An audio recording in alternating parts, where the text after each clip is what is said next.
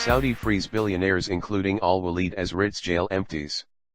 Saudi Arabia freed Prince Alwaleed bin Talal and several of the kingdom's most prominent businessmen from detention this weekend, clearing out the Carlton hotel that served as a jail for the country's elite during a controversial crackdown on corruption. Prince Alwaleed, the billionaire chairman of Riyadh's Kingdom Holding Co., who owns stakes in Citigroup Incorporated and Twitter Incorporated, returned home on Saturday after reaching a settlement with authorities, a senior government official said, on condition of anonymity. He will remain at the helm of his company, the official said, declining to provide the other terms of the deal. Walid Al-Ibrahim, head of a major media firm, and retail billionaire Fawaz Al-Hokair were also freed after agreeing to deals, another government official said.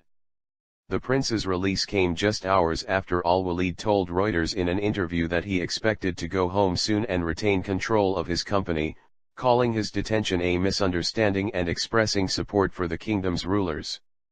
With the suspects' names and evidence against them never officially announced, the detentions had raised concerns about transparency among foreign investors vital to Crown Prince Mohammed bin Salman's plan to diversify the economy away from oil. Kingdom Holding didn't immediately respond to a request for comment. Saudi windfall. The departures from the hotel marked the end of the first phase of Prince Mohammed's anti-corruption campaign, which shook the kingdom when it was launched in November. Hundreds of suspects were arrested, including some of the country's richest men and its top economic policymaker. Officials say the government expects to reap more than $100 billion from settlements with detainees in exchange for their freedom. Others have been transferred to prison to face trial, the Wall Street Journal reported. Also released this weekend after agreeing to settlements were Khalid Al-Tuwairi, head of the royal court under the late King Abdullah, and Prince Turki bin Nasser, who was involved in a massive arms sale that led to corruption probes in the UK and the US, one of the government officials said. Several of those released from detention earlier appear to be returning to their lives as usual. Among them is former finance minister and minister of state, Ibrahim Al-Assaf, who recently led Saudi Arabia's delegation to the World Economic Forum in Davos, Switzerland.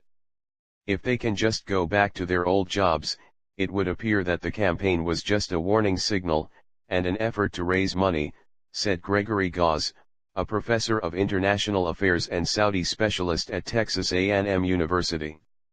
If that is all that it was, I wonder if anything will change. Lack of transparency.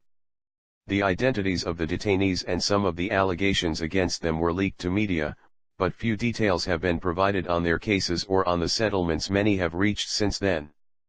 Critics say Prince Mohammed initiated the drive to intimidate potential opponents and consolidate his grip on the country. Government officials have denied that accusation.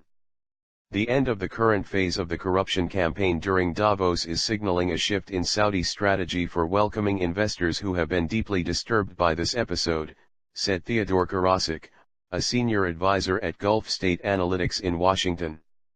Settlement terms. The allegations against Prince Alwaleed were never formally made public, though a senior official told Bloomberg at the time of his detention that he was accused of money laundering, bribery and extortion.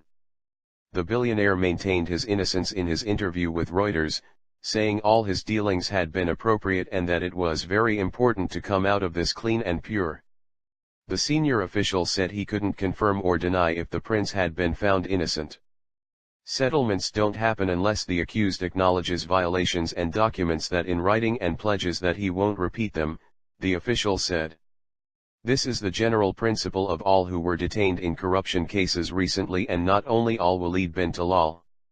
During his detention, the Middle East Broadcasting Center's chairman, Al-Ibrahim, was pressured by the government to give up a controlling stake in his Dubai-based company, according to two people familiar with the matter. The terms of his release aren't clear.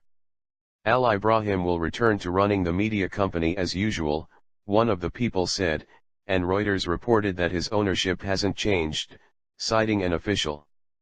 The purge has pleased some Saudis by showing that Prince Mohammed's economic shakeup is affecting the wealthy as well as the poor, said Tom Collin, director for the Middle East and North Africa at K2 Intelligence in London. but observers should not underestimate the anger among the Saudi elite, Collins said. There is a significant flight of capital risk.